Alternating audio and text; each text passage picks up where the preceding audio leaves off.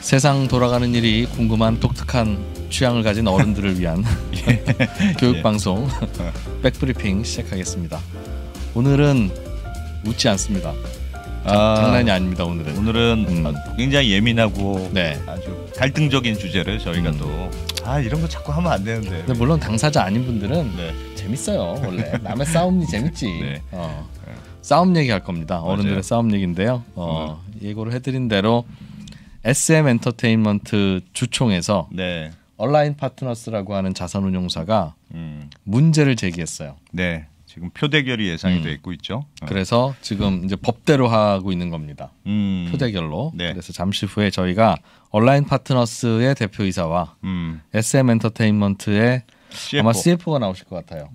두 분의 이야기를 들어보면서 누구 말이 맞는지, 누가 이길 것 같은지. 우리 싸움 구경이에요. 편안하게 보세요, 여러분들은. 싸움 구경이지만 사실은 뭐 양쪽 당사자가 사실 예민해서 저희가 두 쪽 상대 쪽을 다 부르니까 조금 공격적으로 너무 웃지 않고 그렇게 하겠습니다. 저희는 뭐 편이 없으니까 오해하지 마십시오. 저희는 얼라인 파트너스 지분도 없고 SM 주식도 없습니다. 없어. 한 주도 없어. 사실 좀 안타까워. 잠시 후에 오겠습니다. 시련은 있어도 실패는 없다. 아산 정주영 현대 창업자의 유명한 어록이죠. 시련을 넘어 성공 창업을 꿈꾸는 예비 창업자분들, 그리고 이제 사업에 첫 발을 내디딘 창업가라면 정주영 창업경진대회에 도전해 보시기 바랍니다. 국내 대표 벤처 캐피탈과 엑셀러레이터 전문가와의 1:1 멘토링은 물론 분야별 전문가 특강도 준비되어 있습니다. 그뿐인가요? 해외 진출 지원과 다양한 비즈니스 파트너와의 연계 기회도 놓치지 마십시오. 창업 생태계 등용문 정주영 창업경진대회 홈페이지에서 지금 바로 신청하십시오. 셀트리온 홍삼정 하루 면역 케어. 홍삼 들어간다 쭉쭉쭉쭉쭉 셀트리온 홍삼정. 홍삼 함량은 쭉 올리고 가격 내려간다 쭉쭉쭉쭉쭉 셀트리온 홍삼정. 가격은 쭉 내렸다. 홍삼정 하루 면역 케어. ARS 문의 1688-1131. 자, 첫 번째 손님은 얼라인 파트너스의 이창환 대표님입니다. 공격을 하시는 분이죠. 그렇죠. 소개해드리겠습니다. 어서 오세요. 네, 안녕하세요. 네, 안녕하세요. 싸움 잘하실 것 같지는 안 생기셨는데. 범생이 같다고 막 그런 얘기 많이 들었는데. 얼라인 파트너스와 대표님은 아마 시청자분들이 조금 생소하실 수 있으니까 간단하게 소개부터 좀 해주시죠. 안녕하세요. 저는 얼라인 파트너스의 대표 이창환입니다. 저희 얼라인 파트너스는 작년 1월에 설립된 신생 이제 회사고요. 작년 8월에 이제 인가를 받아서 9월부터 펀드를 운영한 굉장히 좀 시작한 지 얼마 안 되는 펀드고요. 하여간 다양하게 여러 가지를 할 수 있습니다. 알겠습니다. 이번에 이제 SM 엔터테인먼트 이제에 대해서 문제 제기를 하셨잖아요. 무슨 내용인지 뭐 감사선임 주주잔 뭐 많이들 아시고는 계시지만 맞습니다. 하여튼 왜 SM 엔터테인먼트를 딱 찍은 거예요? 일단 산업이 되게 성장하고 있고 저희가 이제 상속을 앞둔 회사는 투자를 안 해요.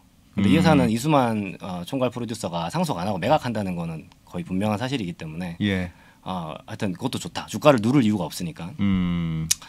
그리고 세 번째는 하여튼 싸야 됩니다. 근데 되게 저평가니까 그래서 싸서 저희가 이제 관심을 갖게 됐고 하여간 이 회사는 그 올해도 실적 좋을 것 같고 사업도 잘 앞으로도 잘 될 것 같은데 되게 아쉬운 점이 하나 있어요. 작년에 주가도 많이 올랐는데 이게 매출도 높고 앨범도 되게 많이 팔아요. 저희가 여기 자료를 하나 좀 준비했는데 SM이 BTS의 하이브보다 작년에 음반을 더 많이 팔았다.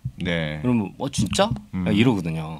내가 좋아하는 아티스트를 위해서 최소한의 돈을 쓸 용의를 가진 팬의 숫자가 몇 명이냐 하는 걸 좀 추정할 수 있는 지표예요. 팬이 할 수 있는 것 중에서 제일 수동적이긴 하지만 제일 싸긴 하지만 어쨌든 그 트레시홀드를 한번 넘은 거라서. 나머지 매출은 어떤 겁니까? 나머지 매출은 이제 뭐 공연, 저기 굿즈 판매, 뭐 그 외에도 이제 광고, 뭐 아니면 뭔가 이런 방송 편성에 관련된 것들, 뭐 등등등 굉장히 많습니다. 근데 그래서 여기서 보시면 딱 나오는데 그 SM이 1,700만 장 더 많이 팔았지만은 매출은 보면 하이브가 더 커요. 매출도 사실 하이브의 뭐 절반 이상이거든요, 그죠?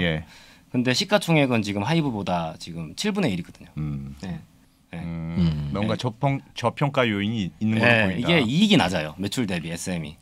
SM 매출 대비 JYP보다 이익이 훨씬 낮은데 JYP는 마진율이 30% 정도 되는데 SM은 10%밖에 안 됩니다. 그래서 이익은 오히려 거의 비슷해요. 그 이유가 뭐냐? 이게 되게 이제 이수만 총괄 BD와 관련된 거다 이렇게 맞습니다. 거죠? 이수만 총괄 프로듀서가 하여간 이 되게 좀 특이한 구조로 이 회사만 그 회사에서 돈을 받아가고 계세요. 이게 뭐냐면 이제 본인이 회사에 사실은 사람들 이수만 회장이라고도 하거든요. 어디 홈페이지 보면 이수만 회장이라고 적혀 있는 것도 있어요. 근데 SM 직원이 아니에요. 얼마 전에 김수원 대표님 오셨을 때도 아마 똑같은 이야기 하셨을 텐데 그리고 개인 사업자세요. 개인 사업자. 회사하고 계약을 맺어가지고 매출의 최대 6% 정도를 받아가시는데 그게 지금 22년 동안 상장 이후 22년 동안 1,500억이 됐어요. 그래서 작년에 SM 영업이익이 570억? 그런데 이수만 총괄 프로듀서가 받아간 게 240억이에요. 영업이익의 40%를 넘거든요. 그래서 이게 좀 문제다. 왜냐면은 이제 뭐 돈이 많고 적고를 지금 저는 그거는 어떻게 보면은 예를 들면 엄청난 가치를 창출하고 계실 수도 있잖아요. 실제 그런 볼 수도 있고.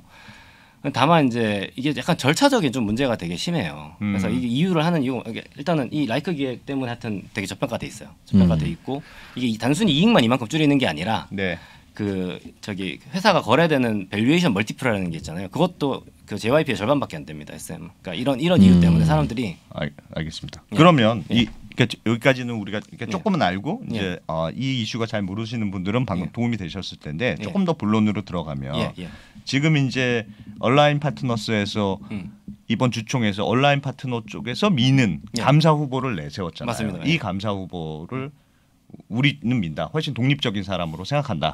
그런데 이 감사 후보를 통해서 온라인 파트너스가 하려고 하는 목적이 이수만 그 총괄 프로듀서가 갖고 있는 그 라이크 기획이라는 회사하고 계약을 해지하라는 거예요? 아니면 해지하라는 겁니다. 그러면 이수만 프로듀서는 SM을 떠나라는 겁니까? 그건 아닙니다. 그건 아닙니다. 그래서 이걸 보여드릴게요. 계약 해지한다고 회사를 떠나라는 건 아니거든요. 그러니까 이제 다행히 우리나라에는 똑같은 상황이 있는 회사가 3개가 있어요. 창업자이다 체제주주인 사람이 프로듀서예요. 그게 SM JYP 하이브입니다. 그 YG는 이제 그 양현석 대표가 물러났어요. 그 빅 버닝썬 이후에. 그래서 요 3가지가 똑같은 상황인데 박진영 대표랑 방시혁 의장은 회사의 임원으로서 연봉을 받고 계세요. 그 이 연봉이 얼마인지에 대해서 저는 문제를 누가 이거를 알겠어요. 근데 요건 되게 정당해요. 왜냐하면 회사 임원이면 주주총회에서 임원 보수를 승인을 합니다. 그렇죠. 주주들이 찬성을 받아가지고 그 돈을 받은 거예요. 그러면 이제 사실 문제가 없거든요. 근데 이수만 총괄 같은 경우에는 지금 이제 주주총회를 거치지 않고 본인이 임명한 이사들 이 이사회 승인을 통해서 이 계약을 통해서 이게 정하는 건데 이게 되게 그러면 주주들은 이거에 대해서 아무런 이제 영향력이 없는 거예요. 지금 현재로서는. 그리고 그래서 저희가 얘기하는 건 뭐냐? 그러니까 라이크 기획 저희가 이제 공개 주주 사안을 했을 때 JYP나 하이브의 사례를 참고해서 이사회가 합리적인 대안을 찾아라. 라이크 기획 계약을 해지하고 제가 말하는 합리적 대안이라는 건 물론 꼭 얘기 아닐 수도 있겠지만 이수만 총괄이 회사에 직원으로 들어오셔서 임원으로 들어오셔서 뭔가 사실상 회장처럼 하고 계시면 이 법적인 책임도 지고 지금 임원이 아니라서 아무도 소송도 못해요. 회사에 무슨 일이 있어도 이수만 총괄 프로듀서 지시해서 했는데 잘못됐으면 지시한 사람한테 책임을 물어야 되는데 지금 법적으로 물을 수가 없습니다. 회사 사람이 아니라서. 하여튼 책임도 안 지고 주주의 승인도 안 받고 뭔가 돈을 받아가는데 이게 하여튼 이거에 대해서 뭔가 할 말이 없다는 게 이게 절차적으로 그게 문제고 하여튼 저희는 그러면은 박진영이나 방시혁처럼 할 수 있는 거 아니냐. 30배 차이가 나거든요. 개인적으로는 왜 그런다고 추측을 하세요? 이제 저는 뭐 이렇게 봅니다. 사실 본인 지분이 되게 좀 일단 낮으시고 기본적으로 낮으시고 뭐 하여튼 그 스스로 생각하시기에 어쨌든 뭐 이 정도는 정당하다라고 생각할 수 있어요. 내가 만들었고 내 회사인데 사실상 내가 다 벌어다 주는데 왜 주주들한테 돈을 나눠줘야 되지? 약간 이런 생각이 드실 수도 있을 것 같아요. 지금 상장 이후에 22년 동안 한 번도 상장 안 하셨어요. 배당을 안 하셨어요. 근데 라이크 계획은 아까 제가 보여드린 대로 1,500억을 받아가신 거거든요. 네, 이때까지 그리고 올해 내년은 300억 이상이 예상됩니다. 네. 예, 300억, 330억 예상되거든요. 그게 매출의 몇 %를 받기로 되어 있습니까? 매출의 몇 %. 그래서 심지어는 영업 적자일 때도 받아가셨고요. 그다음에 영업이익보다도 2배를 받아가신 적도 있어요. 2020년. 대표님, 근데 그러니까 사실은 그러니까 지금 말씀은 이수만 총괄 프로듀서가를 나가라는 건 아니다. 우리는 나가라 아니에요. 그렇게 말씀하시지만 회사로 들어와서 그러니까, 임원이 되시라는 거죠. 근데 이제 그러니까 그 라이크 기획이라는 계약 관계가 그러니까 회사의 매출액의 6% 정도를 무조건 우리가 따박따박 받아간다. 이 계약 관계가 좀 이상하다고 하는 거지만 결과적으로 보면 너무 많이 준다는 문제제기 아닙니까? 그러니까 이수만 프로듀서가 너무 많이 받아간다. 근데 이 부분은 그러니까 그거를 아마 왜냐하면 이게 굉장히 프로듀싱이라는 게 그렇잖아요. 자, 뭐 제가 알기로는 하여튼 저도 이수만 프로듀서의 이 비전이나 되게 엄청난 그게 감각이 있다고 생각해요. 그래서 그런데 막 걸그룹도 동선이나 막 인사말까지 다 지도해 주신다고 하더라고요. 그런데 그거를 누가 쉽게 평가하겠어요. 그러니까 저는 오히려 어떻게 했으면 좋겠냐면 예를 들면 이수만 총괄 프로듀서가 회사에 임원이 됐어요. 그래서 주주총회에서 자 나는 연봉 240억 받아가겠다 라고 올렸어요. 이사회에서. 그 주주들이 찬성을 해서 돈을 준다. 그럼 저는 아무 할 말이 없습니다. 그렇게 하시라는 거예요. 정말 240억의 가치가 있고 그걸 주고서라도 회사에 있는 게 이득이라면 그렇게 하자는 거예요. 근데 지금 아예 아무런 그런 견제나 감시가 없이 그냥 자기가 임명한 자기 친척 아니면 뭐 고등학교 친구 뭐 이렇거든요. 온라인 파트너스는 그 금액은 개인적으로 과다하다고 생각하십니까? 이건 말씀하신 대로 주주들은 과다하지 않아. 그 대신 연봉이라면 240억 주겠어 하는 주주도 있을 수 있고 너무 과하다라는 주주도 있을 수 있는데 온라인 파트너스는 과하다는 쪽입니까? 그러니까 저는 이렇게 봅니다. 왜냐면은 어떻게 보냐면 사실 이분들이 그러니까 매출에 연동돼 있다는 게 저는 좀 주주로서는 좀 그래요. 그러니까 아무리 그래도 영업이익이 40%가 넘거든요 지금. 그러니까 뭐 예를 들면 기본 연봉을 예를 들면 저는 뭐 한 10억, 20억 받으시고, 그 다음에 뭐 이익의 몇 %를 받는다든지 스톡 옵션을 받으신다든지 뭐 충분히 이게 많이 받아가실 수 있는 다양한 구조가 있거든요. 근데 이게 그냥 저도 뭐 엔터 제가 업계에서 일한 사람은 아니니까 이거에 대해서 함부로 딱 이렇게 말할 수는 없지만 이거 좀 구조도 조금 아마 이게 비정상적이고 특히 적자일 때도 받아가고 영업이익 65억인데 본인 200억 받아가고 이거는 조금 주주 입장에서는 안 맞지 않나라는 생각은 듭니다. 주주 입장에서는 그럴 수 있는데 되게 저거는 프로듀싱에 대한 대가라면 책의 저자가 책에 대한 대가로 인세를 받아가는 것도 출판사 영업이익과 무관하게 책 판매 금액의 몇 %를 받아가잖아요. 그래서 저 프로듀싱을 하는 것이 매출의 몇 % 하는 퍼센테이지가 과하다면 과할 수 있는데 매출에 연동하는 건 이익에 연동하는 것보다는 좀 합리적이지 않나 하는 생각은 드는데 어떠세요? 그러니까 그럴 수도 있어요. 그럴 수도 있는데 하여튼 여기서는 문제는 하여튼 최대 주주라는 게 문제예요. 여기서는 최대 주주고 그러니까 최대 주주 좋게 알아서 높은 계약을 비싼 계약을 했을 가능성이 높다. 가능성이 있는데 검증할 방법이 없는 거죠. 과연 SM 이사회가 정말 이런 구조가 최선인지 그리고 다른 프로듀서는 없는지 요즘에 뭐 그거에 대해서 검증 안 했을 가능성이 높은 거죠 지금. 그럼 감사 지금 이게 주주 제안으로 한 이 곽준호 감사 후보를 제안을 했는데 감사가 선임이 됐어요. 예를 들면 이번 주총에서 그럼 이 구조가 바뀔 수 있다고 보세요?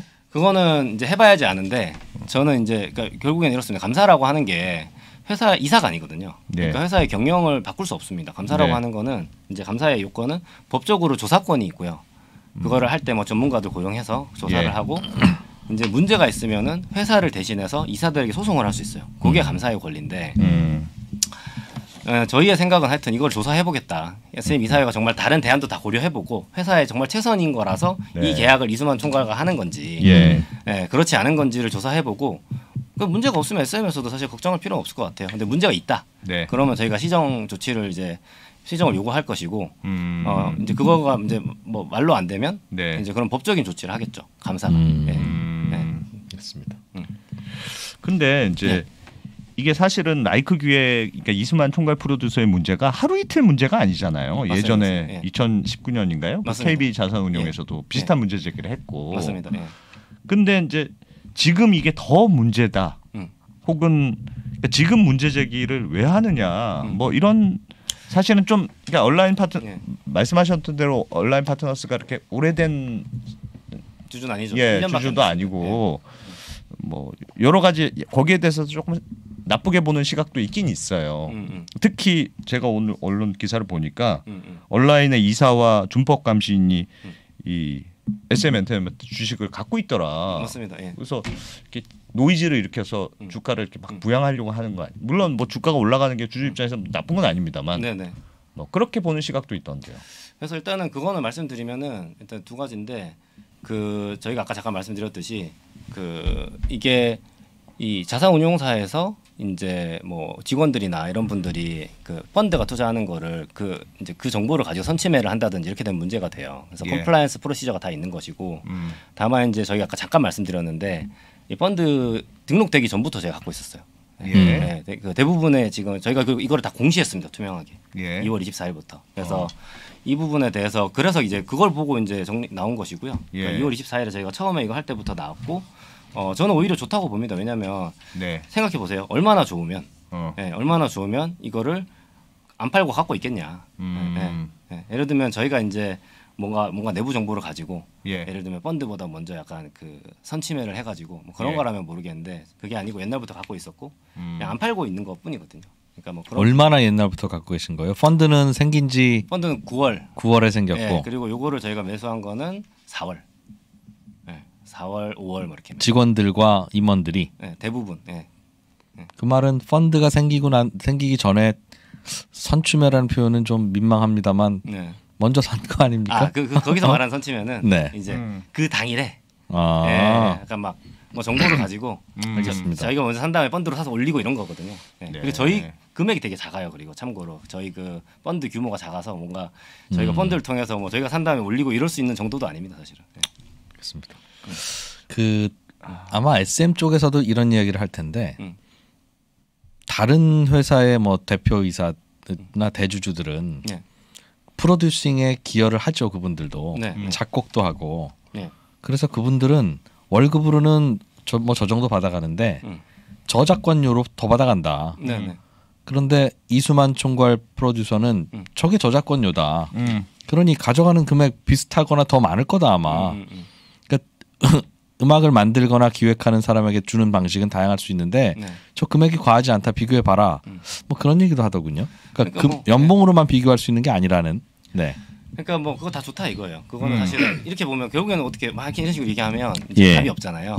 그러니까 그냥 저희는 이게 답답한 거죠. 왜냐하면은 이 거래를 주도하는 협상의 당사자가 사실상 이수만 본인이라고 할 수 있는 이수만의 이사들이 이거를 계약을 한다는 게 이게 저는 그게 답답한 것이고 이제 뭐가 됐든 이제 예를 들면 뭐 말씀하신 대로 그런 뭐 실질적인 저작권료다. 그러면 이게 정말 정당하고 주주 이익에 도움이 된다라고 정말 확신하면 회사에 들어와서 이거를 주총의 의안으로 올려서 승인을 받으시면 돼요. 승인 받아라. 그냥 승인 받으면 저는 뭐 240억이 아니라 그럼 1,000억이다. 예를 들면 1,000억인데 주주들이 다 찬성했어요. 그러니까 계속 그 문제군요. 그러니까 금액의 문제라기보다는 그러니까 온라인 파트너스의 입장은 금액의 문제라기보다는 이게 사실상의 월급 형식인데 주총을 통해서 이뭐 승인을 받아서 월급을 받아가야지 월급을 그러니까 의사결정 없는 구조에서 그냥 일방적인 계약으로 월급을 주는 형식으로 하면 안 된다. 이런 주장이네요. 맞습니다. 그러니까 결국에는 그래서 이제 이게 거버넌스 이슈고 감사 선임으로 연결되는 이유가 바로 그겁니다. 그러니까 저희는 이 240억이 정당하다 안 하다 이거에 대해서 제가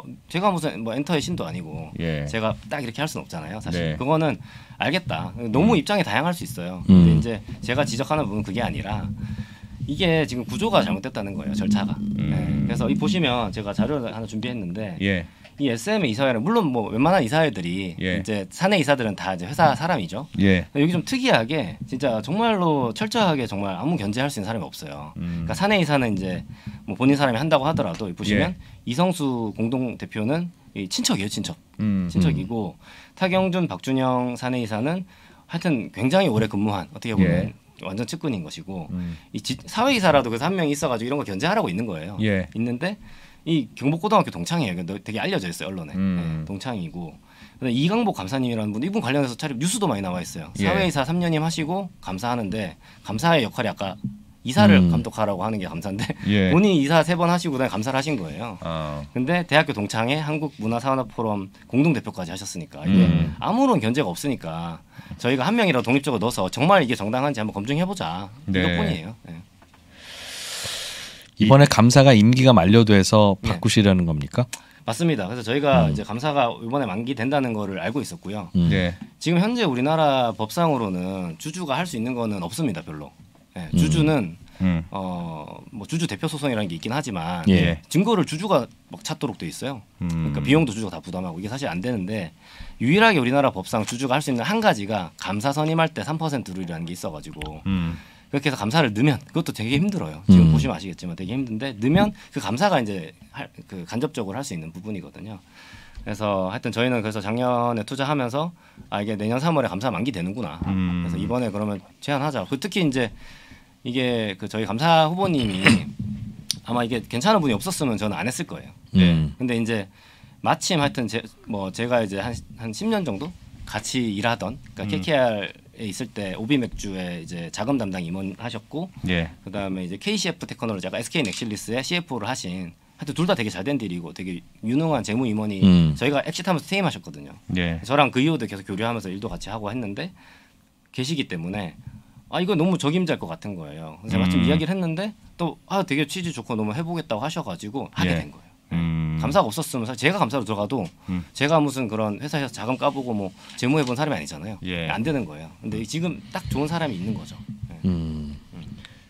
이번 주총은 지금 사실은 이제 온라인의 지분이 그렇게 많지는 않잖아요. 1%도 안 되는 안 되는 지분인데 주총에서 위임권을 얼마나 많이 받았습니까? 지금 3% 이렇게 언론 기사에 나오던데. 조금 설명드리면 그 주주 제한을 하기 위해서는 1%를 6개월 이상 보유하거나 아니면은 그 주주 제한하는 시점에 3%를 가져야 돼요. 저희는 어떻게 했냐면 이 부분 이게 새로운 문제가 아니에요.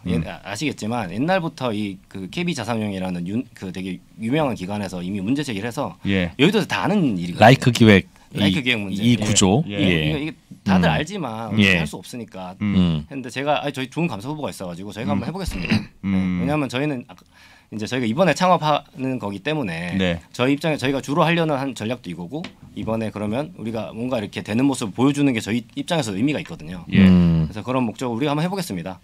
사실 뭐 지분도 별로 없지만 해봤자 근데 저희 입장에서 제일 가장 큰 포지션이에요 이게. 저희 펀드에서 가장 크고. 그런데 여튼 해보겠습니다 했더니 다 그러면은 위임해주겠다 해서 기관들이 위임을 받아서 3%를 채워서 주주 제안을 했어요. 처음부터. 처음부터.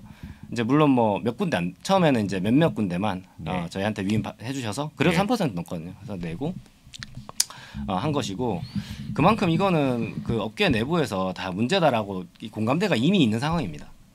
그러면 나머지 의결권은요? 그래도 3% 가지고는 택도 없잖아요. 그때 당시에 3% 했고 근데 어쨌든 최대 주주의 의결권이 3%로 제한돼요. 감사 선임은. 그래서 근데 지금 이제 보면 기관이 있고 외국인이 있고 그다음에 개인이 있거든요. 근데 저희가 지금 굉장히 많이 받았고요. 근데 정확한 퍼센티지를 여기서 말씀드리면 이제 또 아무래도 이제 회사 측도 계시고 전략상 그런데 저희는 이제 표로는 무조건 이긴다고 보고요. 표로는. 왜냐하면 대주주 의결권 3% 제한되니까. 그러면 기본적으로는 어쨌든 주주 입장에서는 이사회가 어차피 다 최대 주주 편인데 감사 한 명이 독립적 외부 사람이 들어가는 건 유리하기 때문에 기본적으로는 저희를 지지해줄 가능성이 높고 그다음에 기관하고 외국인은 주로는 또 의결권 자문 기관을 많이 따라가요. 근데 이번에 이제 이 문제에 대해서 그래서 저희가 언론 보도를 정리한 건데 여기 자료를 보시면 그 제가 이제 그 제안한 게 감사 각준호 선임의 건입니다. 그래서 국내에는 주요한 그 의결권 자문 기구가 3개가 있어요. 셋 다 이제 저희 쪽 찬성으로 나왔고요. 그다음에 해외에서는 ISS라는 곳이 가장 큰 곳입니다. 60% 점유율인데 거기서 찬성으로 나왔거든요. 이러면 이제 기관하고 외국인들은 대부분 저렇게 따라가게 돼 있어요. 저게 아니려면 정말 큰 이제 부담을 갖게 되는 것이고 그걸 또 다 체크할 수 있습니다. 펀드 의결권 공시라는 게 있어가지고 만약에 저렇게 나왔는데 일치되어도 나왔는데 저거랑 반대로 했다 그러면 사람들이 볼 수가 있어요. 그래서 하여튼 그렇고 정관 일부 변경의 거는 다 저렇게 반대로 나왔습니다. 그랬더니 SM에서 이제 아예 그냥 처리를 했죠. 이게 가능성이 없으니까. 정관 변경의 건은 유상증자 한도를 확대한다는. 두 가지가 있었는데 거기 보면 뭐 띄어쓰기도 있고 뭐 대한민국을 서울특별시로 이런 것도 있는데 그 사이에 2개가 핵심적인 게 섞여 있었는데 하나는 이제 이사회 3자 배정 유상증자 한도 확대. 이게 뭐냐면은 그 아까 그 저기 이 원래 유상증자라고 하는 거는 이게 주주의 이익을 희석시킬 수 있기 때문에 그 주주 배정이 원칙이에요. 원래 회사에 원래 어떤 식으로 하게 돼 있냐면 부여 현금을 먼저 써야 되고 그다음에 모자라면 차입을 하고 그다음에 부족하면 유상증자를 하는데 주주 배정 유상증자를 먼저 해야 됩니다. 법적으로 원래 그래요. 그런데 이제 이게 언제 맨날 주주 배정 유상증자 시간이 걸리잖아요. 그러니까 이 예외적으로 정관에 한도를 둡니다. 발행 주식 총수의 몇 %까지 이사회 결의로 긴급한 경영상 필요가 있을 경우에 재무 구조의 개선이나 이럴 때 할 수 있게끔 안을 둬요. 3자 배정으로 할 수 있게끔 이사회 결의로. 여기 아까 말씀드린 이사회는 그냥 이수만 총괄의 측근들로 지금 구성되어 있는 것이고. 근데 그 한도가 30%거든요. 지금 뭐 30%면 사실 이게 되게 노멀해요. 30% 정도. 근데 이번에 이걸 50%로 늘린다고 지금 한 거예요.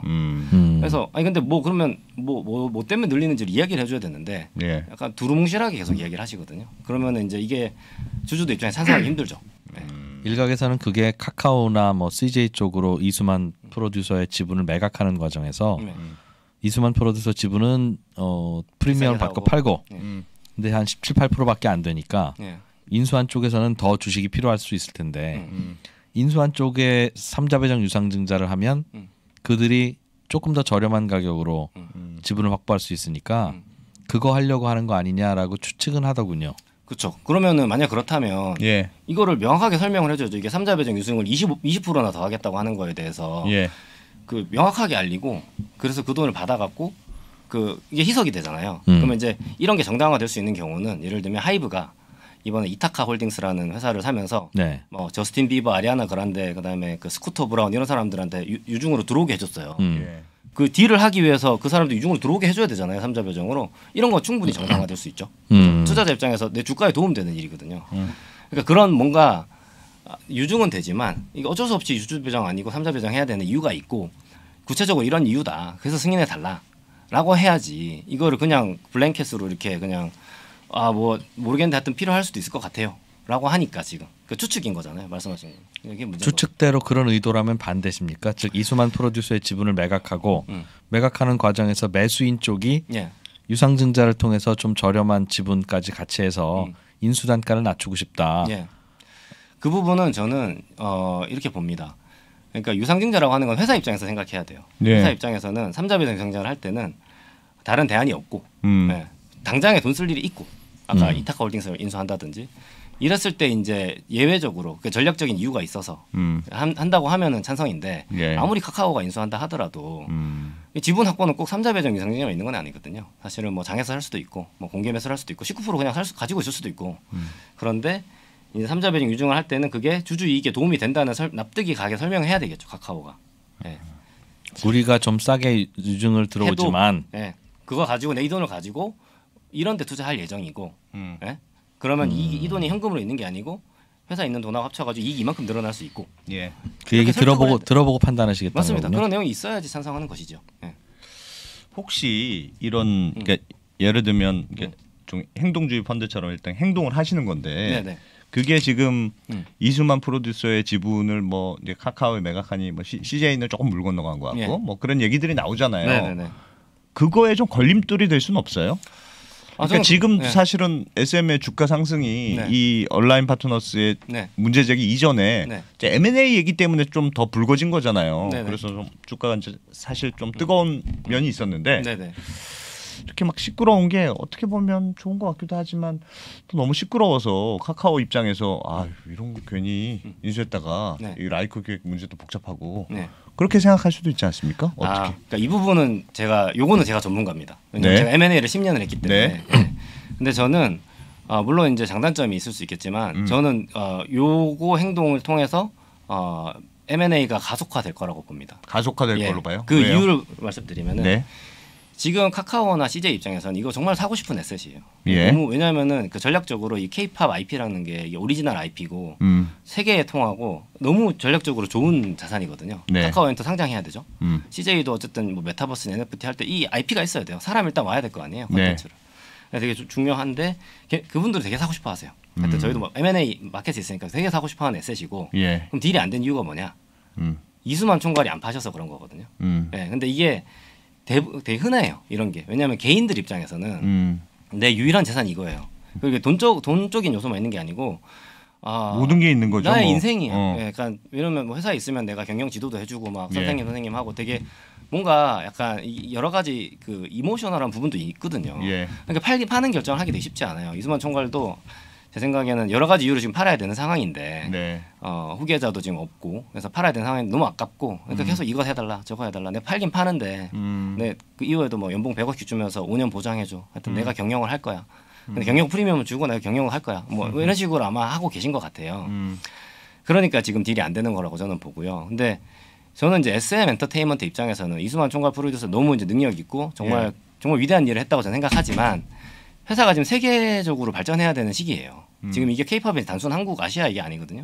전 세계로 지금 가고 있는 상황이고 기술도 지금 필요한 상황인데 CJ든 뭐 카카오든 뭐 하이브든 뭐 네이버든 이런 데서 사면은 그 세계적으로 좀 발전한 도움이 될 것 같아요. 저는. 그래서 지금 좀 매각 결단을 내려줘야 되는데 계속 결단을 못 내리고 계시고 이런 걸 통해 가지고 매각의 이유를 저는 만들어주고 있다고 봅니다. 예를 들면 라이크 기획 문제를 해결하고 이렇게 이런 식으로 계약하지 말고 월급을 받든지 뭐 해라 이렇게 정리가 되면 M&A 인수하는 회사 입장에서도 훨씬 인수하기가 좋을 거다. 그렇다기보다는 이제 감사가 들어가면 이게 이때까지 회사가 했던 것들에 대해서 다 조사를 할 거거든요. 네. 근데 저희가 봤을 때는 뭐 해봐야 알겠지만 분명히 이게 이렇게까지 열심히 지금 되게 필사적으로 막고 계시거든요.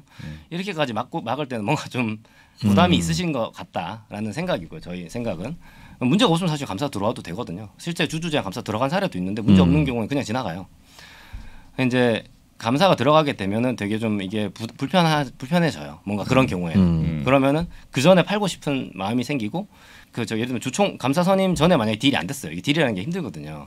그렇다 하더라도 제가 감사를 선임하게 되면 이수만 총괄 프로듀서 입장에서는 이제 옛날보다는 좀 불편하죠 마음이. 그럼 팔고 싶은 마음이 더 커진다고 보는 거죠. 그럼 온라인 파트너스의 입장은 그 이수만 총괄 프로듀서의 라이크 기획 문제를 해결하든지.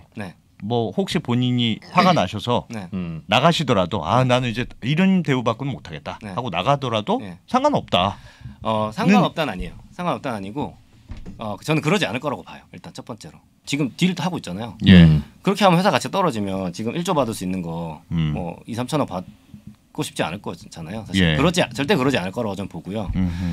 근데 정말 최악의 경우에 뭔가 잘못 꼬여가지고 뭐 몇 년이 지나서 이제 이수만 총괄께서 좀 은퇴를 하시더라도 회사에는 시스템이 있고 충분히 이제 좋은 프로듀서들로 할 수 있다. 다만 이 라이크 기획이라고 해서 하는 구조가 할인 요인이죠. 그러니까요. 지금 라이크 기획이라는 이런 그러니까 좀 그게 과도한지 아닌지 모르겠어요. 과하게 받는다는 뜻이네요. 생각하시는 바는. 그러니까 그거는 이제 저는 모르겠는데 하여튼 저도 뭐 저의 개인적인 생각 그렇고 표가 얼마나 나오는지에 따라서 이제 실제 사람들이 어떻게 생각하는지 알겠죠. 만약 성공해서 기업 가치가 좋아지면 어떻게 하실 겁니까? 파셔야 되죠? 네네 팔아야 되고 저희가 생각하는 기업 가치 목표치가 되게 높습니다. 그러니까 저희는 일단은 최소한 3조 원은 가야 된다고 봅니다. 그러니까 그 논리는 지금 시가총액 얼마죠? 지금 1.8조고요. 근데 저희는 뭐 한 1년, 2년 정도를 뭐 타임 프레임으로 했을 때 최소 3조 원은 가야 되는 거 아니냐. 물론 이제 여기 자료에 나오는 거는 지금 현재 시점을 말하는 거고 요거는 좀 작년에 이익이 하여튼 519억이었거든요. SM이. 근데 이제 여기에 뭐 240억 라이크 기획을 애드백 해도 760억이니까. 근데 다만 이제 그렇게 되고 근데 JYP 멀티플 받으면 이렇게 된다 이렇게 예시적으로 보여드린 거고 저희는 올해 한 뭐 영업이익 예를 들면 한 1,000억 받고 근데 라이크 기획 없어지면 1,300억 될 수 있거든요. 그럼 작년에 520억이었는데 영업이익 1,300억 되면 2배 이상이잖아요. 그러니까 최소한 그러면 두 배 이상 갈 수 있다고 봅니다. 구조적으로는 라이크 기획 이수만 총괄 프로듀서가 손을 떼면 240억을 안 받는 거는 이제 손 뗀다는 얘기인데 손 떼도 돌아가는 시스템이라고 보시는 겁니까? 지금 당장에만 손 뗀다. 당장에 아무것도 안 한다. 뭐 그거는 이제 사실 뭐 저도 뭐 회사 내부 사람이 아니니까 알 수는 없어요. 그건 SM 이사회가 판단할 문제인 것 같고요. 다만 저는 이제 외부 사람으로 봤을 때는 은퇴를 하실 수 있는 이런 준비를 하고 있었을 것이라고 보고요. 그리고 두 번째는 라이크 기획 없어졌다. 그렇다고 해서 그럼 240억이면 다 들어오냐? 이 자료를 보고 생각할 수 있는 거는 그냥 하이브나 JYP처럼 회사에 임원으로 취임하셔서 연봉을 받아가셨으면 좋겠어요. 박진영 씨는 7, 8억 받아가는 게 저게 받아가는 전부입니까? 나머지는 주식입니까 그냥? 나머지는 주식이고 아까 말씀하신 대로 저작권. 저작권이 있겠죠. 저작권 있습니다. 근데 그 저작권이라고 하는 거는 그거를 이제 이거하고 저는 섞어서 하면 안 된다고 생각하는 이유가 본인이 진짜 저기 노래를 만들어 가지고 한 히트 친 거에 대해서 하는 거고 이수만 씨도 만약 원했다면 능력이 있었다면 그렇게 할 수 있는 거잖아요, 사실. 프로듀싱이라고 하는 거가 작사도 아니고 작곡도 아니다 보니 저작권 받기가 모호한 권리 모양이군요. 그러니까 이거는 사실은 이제 뭔가 컨셉을 지도하고 전략을 짜고 이런 건데 근데 그럼 방시혁보다 못했다 잘했다 이거 평가하실 수 없잖아요. 사실은 방시혁 씨는 8억 받고 혹시 그 이제 온라인에서 이제 주주 서한도 하고 공개 질의도 하고 하셨잖아요. 네네. 그 외에 SM 쪽하고 이렇게 만나거나 다른 식으로 접촉을 하거나 하신 적은 없습니까? 이렇게 공개적으로 문제 제기하기 전에 우리의 의도는 이런 건데 뭐 그런 식으로 접촉한 적은 없습니까? 그렇게 일부러 하지 않았습니다. 왜냐하면은 일단은 이 문제에 대해서는 KB자산운용에서 저희랑 똑같은 그 공개 서한을 보냈고 회사가 완전히 정확하게 답을 줬어요. 당신네들이 엔터테인먼트에 대한 이해도가 너무 떨어진다. 그리고 하여튼 우리 라이크 기회가 없으면 안 된다. 약간 이런 내용이에요. 골자를 뽑아보면. 그래서 많은 기관 투자자들이 되게 좀 붕괴를 했어요. 그때 당시에. 저희가 사전에 얘기를 하면 대비를 합니다. 지금 이번에 아까 정관 변경한 거예요. 두 번째 거 아까 말씀드리다 말았는데 이게 두 번째 게 굉장히 이거 좀 약간 저는 조금 악의적이라고 봐요. 주주 명부 폐쇄일을 원래 12월 말이거든요. 이거를 이사회 결의에 의해서 주총 2주 전까지만 하면 되게끔 바꿨어요. 이게 왜 문제냐? 이제 주주 제한이라고 하는 거는 주총 6주 전에 하도록 돼 있거든요. 그래서 이번에 이수만 총괄이 이렇게 좀 어떻게 보면 코너에 몰려 있는 이유는 12월 말에 저희는 가만히 있었거든요. 그때 이미 알려줬으면 이제 그때 우호 지분 모으고 지분 쪼개기 했을 거예요. 근데 그때 주주 명부 다 폐쇄된 다음에 2월 11일 날 제가 주주 제한을 했거든요. 그러니까 할 수 있는 게 없어요. 지금 지분 쪼개기 하든 유상증자. 근데 주주 명부는 확정됐다 이거죠. 맞습니다. 근데 지금 만약 그렇게 되면 앞으로 어떻게 되냐? 그리고 예를 들면 제3자 배정 유상증자까지 정관이 통과됐다. 만약에 그럼 어떻게 되냐면 이제 앞으로 주주 제한 못 하는 회사 됩니다. 예산은. 왜냐하면 제가 주주 제한 하잖아요. 6주 전에. 그러면 이제 4주의 시간이 있는 거예요. 이사회가 이제 오케이 주주자 왔어? 그럼 일단 내 19% 있는데 3% 이 사람한테 빌려주고 3% 이 사람한테 빌려주고 해서 다 3% 모였고 다 부활시키고 3% 룰이 있으니까 그 사조산업에서 했던 일이거든요. 또 하나 아까 유상증자 25%룸 확보했잖아요. 그래서 그러면 내 친구한테 전화해가지고 저기 20% 유증 들어오라고 그래서 막자 이렇게 하면 아무것도 못 하거든요.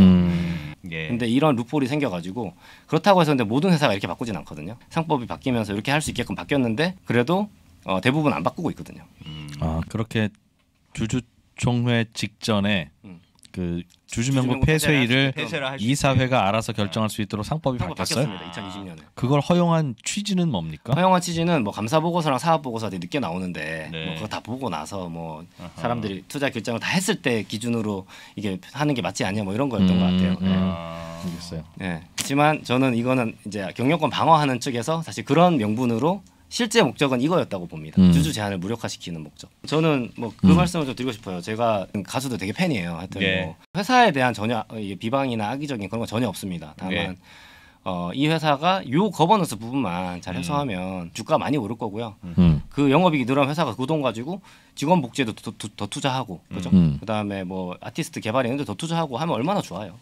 그렇게 해서 정말로 저는 뭐 10조 20조 되는 회사가 되기를 바랍니다. 알겠습니다. 지금까지 온라인 파트너스의 이창한 대표이사 얘기 들어봤습니다. 저희가 감사하고 저희가 이따가는 조금 쉬었다가 SM 엔터테인먼트 쪽 의견도 들어보고요. 오늘도 잘 되시길 바라겠습니다. 고맙습니다. 고맙습니다. 네. 김대리 마케팅 힘들지?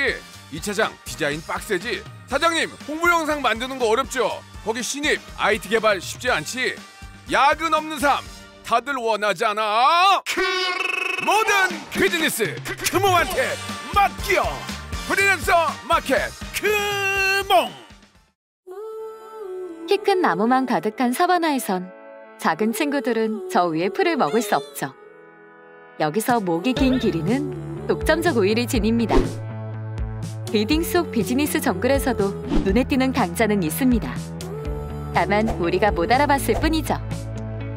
수익성 높은 독점 기업을 알아보는 눈! 비즈니스 정글 속에서 강자를 포착하는 안목을 높여드립니다. 독점의 기술, 먼저 찾아내서 차지하라! 이어지는 순서는 SM 엔터테인먼트 쪽에 뭐 해명, 반론 뭐 이런 것도 좀 드려야 할 것 같아서 수비수 등장. 그렇습니다. 갑자기 왜 마스크를 하고 나왔냐?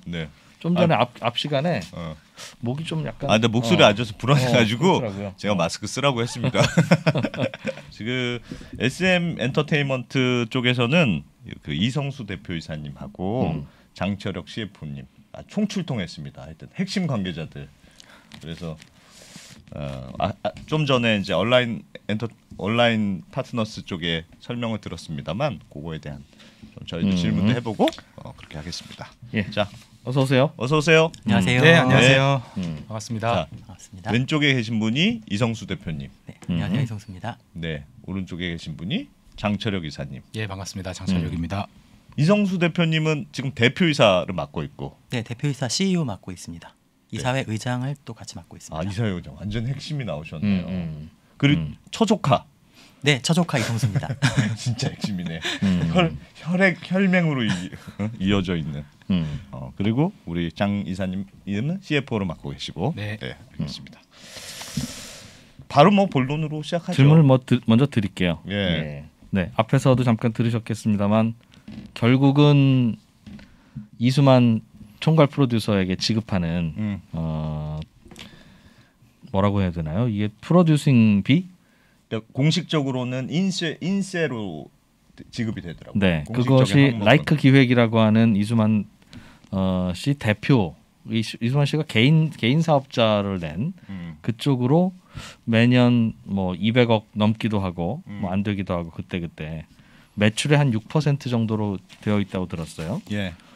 그 돈이 왜 가냐? 일단 그거부터 설명을 좀 해주셔야 될 것 같아요. 제가 질문을 조금 더 보태자면, 그러니까 아까 좀 전에 온라인의 주장도 뭔가 이게 지급은 해야 되는 건 뭐 당연히 뭔가 기여가 있으면 지금 보수로 지급하는 건 당연한데, 그러니까 제가 보기엔 두 가지인 것 같아요. 하나는 너무 많다 금액이 너무 많다는 것과 또 하나는 형식의 문제가 좀 있는 것 아니냐. 그러니까 그 많은 금액을 지급하는데 주주총회에서 이제 임금을 지급하듯이 이런 방식이 아니고 별도의 계약으로 하는데 최대 주주 아무래도 그 대상자가 최대 주주니까 너무 견제할 수 없는 다소 회사에 불리한 계약이 되는 것 아니냐 이런 식으로 지적이 있는 거예요. 그건 어떻게 좀 이해하면 될까요? 네, 이 프로듀싱 인세 로열티죠. 이 로열티의 일단 수준이 과하냐 그리고 형식에 맞냐 이런 질문으로 제가 좀 이해를 했고요. 예. 이 질문에 답하기 위해서는 일단 기본적으로 어떤 걸 위해서 지급을 하고 있는지, 즉 이 프로듀싱이라는 게 뭔지를 좀 먼저 설명드리는 게 좋을 것 같아요. 네. 많은 분들이 이미 뭐 프로듀스 101이라든지 이런 TV 프로그램을 통해서 실질적으로 이 프로듀싱에 대해 과거에 비해서 이런 게 프로듀싱이 있구나 많이 접하고 계시는 게 사실입니다. 하지만 그럼에도 불구하고 뭐 업계 1위 엔터테인먼트 회사의 프로듀싱이 어떤 건지를 저희 관점에서 한번 설명을 좀 드리고 싶어요. 예. SM 엔터테인먼트는 뭐 크게 얘기하면은 핵심 IP를 만들고 이 IP를 사업화하고 이걸 확장해가는 회사입니다. 예. 제 IP라고 하는 거는 지적재산권이죠. 이 지적재산권 가장 중요한 SM 엔터테인먼트의 지적재산권은 크게 두 가지입니다. 네. 음악, 뭐 뮤직비디오 이런 전반적인 걸 아우르는 컨텐츠 그리고 이 컨텐츠를 저희는 이제 음악 회사하고 하다 보니까 가수의 매니지먼트 회사이기도 하죠. 이걸 실현하는 아티스트들 가장 핵심적인 두 가지 IP가 바로 이 컨텐츠와 아티스트입니다. 컨텐츠는 저희가 프로듀서를 고용해서 만들어가는 것이고 그래서 그 컨텐츠의 저작 임저권을 저희가 마스터권을 저희가 보유하고 있는 게 저희의 컨텐츠이고 아티스트는 아티스트 개개인 분들은 다 개인 사업자들이죠. 이런 개인들과 저희 회사의 아티스트 전속 계약이라고 하는 형태를 통해서 저희가 수많은 개인 사업자분들과 큰 협력 사업을 하는 거예요. 이 컨텐츠를 만드는 A에서부터 이 마지막 이 모든 아티스트 분들과의 협력에 이르는 매니지먼트에 이르기까지를 총괄하는 역할이 바로 프로듀싱의 역할입니다. 이게 좀 일반적으로 사람들이 생각하는 프로듀싱이 좀 달라요. 조금만 더 들어가 볼게요. 프로듀싱의 의미가 참 여러 가지예요. 음악을 만들 때 보면 반주부터 만드는 경우도 있고 피아노를 치면서 멜로디를 만드는 경우도 있어요. 근데 요즘에는 보통 반주 트랙이라고 표현을 하는데 이게 다 분업화가 많이 되어 있습니다. 작은 의미로 보면 음악을 만들 때 음악의 트랙을 만드는 사람을 여기서 트랙가이라고도 하고요. 이 트랙을 만드는 사람도 프로듀서라고 표현을 해요. 조금 더 나가 볼게요. 이렇게 이 트랙에다가 탑라인이니까 멜로디를 얹고 여기에 가사가 얹어지고 이러한 전반적인 부분을 총괄하는 곡의 프로듀서가 있습니다. 여기도 프로듀서예요. 이러한 곡들이 한 10곡이 모여서 앨범을 하나를 구성을 하죠. 앨범에 프로듀서가 있는 겁니다. 에스파라는 아티스트로 한번 설명을 해보면 에스파라고 하는 아티스트를 일단 발굴하고 또 같이 트레이닝하고 또 이걸 실현하는 일련의 과정을 통해서 에스파라고 하는 아티스트와 앨범이 만들어지는 일련의 과정, 프로듀서가 필요한 거죠. 수많은 앨범들이 나오고 컨텐츠가 나오죠. 회사의 에그제큐티브 프로듀서가 필요합니다. 이 모든 부분을 다 프로듀서라고 표현해요. 이 부분이 네. SM 엔터테인먼트의 프로듀싱이고 예. 조금 더 나아가 보면은 이렇게 전통적인 음반 산업의 일반적인 프로듀싱의 형태에 더해서 저희는 뭐 이미 2012년에 SM 가상국가를 선포한 회사입니다. 예. 이미 10년 이상을 이런 미래 사업을 내다보고 과거 3D 2000년 초반에 H.O.T의 예. 에이지 오브 피스라고 하는 3D 영화에서부터 시작해서 뭐 현재 뭐 홀로그램이니 AR, VR을 이용한 콘서트이니 그리고 이제 MBN 사업이라고 부르는 이런 미래 사업까지 이 모든 영역에는 저희의 핵심 자산인 IP가 광범위하게 쓰이고 예. 이 일련의 과정들을 모두 이해하고 이 각각의 어떻게 보면 프로듀싱에 임하는 게 필요해요. 예. 그게 바로 SM 엔터테인먼트의 프로듀싱의 근본이고 예. 이 부분을 수행하는 사람이 바로 이순만 총괄 프로듀서입니다. 그러면 네. 대표님 그 다른 그러니까 모든 SM뿐 아니라 JYP니 뭐 그러니까 다른 하이브니 다른 회사들도 프로듀싱이라는 게 있을 거 아니겠어요? 맞습니다. 네. 뭐 제가 잘은 모르지만 당연히 그런 게 들어갈 것 같은데 네. SM 혹은 SM의 프로듀싱에 좀 독특함이 있어요? 아니면 다른 사람들도 다 프로듀싱을 하지만 네. 지금 이제 오늘의 문제가 가장 많이 되는 이수만 네. 총괄 프로듀서 PD의 네. 경우에 좀 더 특별한 역할이 있는 거냐? 네. 그러니까 다른 프로듀서보다는 사실은 금액이 막 그러니까 JYP의 박진영, 그치. 하이브의 방시혁 똑같이 프로듀싱 할 것 같은데 네. 그분들은 그렇게 안 받아가지 않느냐? 네. 근데 왜 이수만 프로듀서만 별도의 돈을 받아가야 하느냐? 네. 하는 질문이 있을 수 있을 것 같은데. 있을 수 있죠. 예. 네. 개인적으로 예. 뭐 방시혁 프로듀서라든지 특히 뭐 박진영 프로듀서 제가 너무 뭐 존경하고 네. 네, 또 그 음악도 많이 듣는 개인적인 팬입니다. 예. 다만 프로듀서라고 하는 직책을 네. 갖고 하는 일을 프로듀서니까 다 똑같은 일 하는 거 아니야? 그러면 뭐 셰프니까 다 똑같이 급여를 받아야 되고 셰프는 다 음식 다 만들 수 있는 거 아니야? 그럴 수 없죠. 누가 잘한다 못한다를 떠나서 분명히 단순 비교하기에는 서로 각 회사의 이 메인 프로듀서들은 굉장히 다른 역할들을 수행하고 있다고 생각합니다. 예. 노래 가사의 단어 하나의 선택에서부터 마지막에 이 미래 사업의 근간이 된 IP까지는 굉장히 수많은 사람들이 여기에서 일을 하고 있지만 네. 이 전체를 다 볼 수 있고 각 분야, 음악, 안무, 뮤직비디오, 컨텐츠, 미래 사업, 네. 블록체인, 메타버스에 이르기까지 그냥 알고 있는 정도가 아니고 이 분야를 완벽하게 이해하고 최고의 컨텐츠를 만들 수 있는 눈이 필요한 거죠. 누가 잘했다 잘못했다를 떠나서 네. 뭐 온라인의 주장을 잘 이해하고 있습니다만은 죄송하지만 저희는 이미 이런 과정을 1995년부터 근 30년 동안 지속을 한 회사예요. 예. 저희의 이 이수만 프로듀서에 대한 보수라든가 이러한 것들은 SM 엔터테인먼트가 2000년에 상장하거든요. 예. 이 코스닥에 상장을 할 때 이미 그때부터 있었던 저희의 계약 관계입니다. 네. 그 당시에 이러한 계약 관계가 있음을 코스닥의 뭐 금감원이라든가 네, 심사하는 데다 다 제출을 했고 예. 인정을 받았고 사실 그 요율은 시간이 갈수록 저희가 줄여가고 있어요. 그 매출의 몇 퍼센트? 네네. 지금은 몇 퍼센트입니까? 지금은 6%입니다. 네, 이거 숫자 얘기가 나오니까 네. 제가 조금 더 네. 말씀을 드리자면은 예.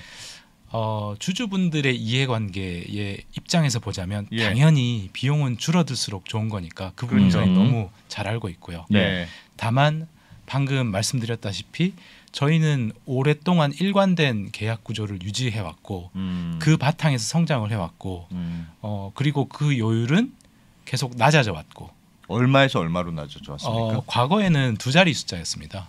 지금은 매출의 몇 퍼센트? 네. 그러나 그 금액은 점점 늘었겠죠.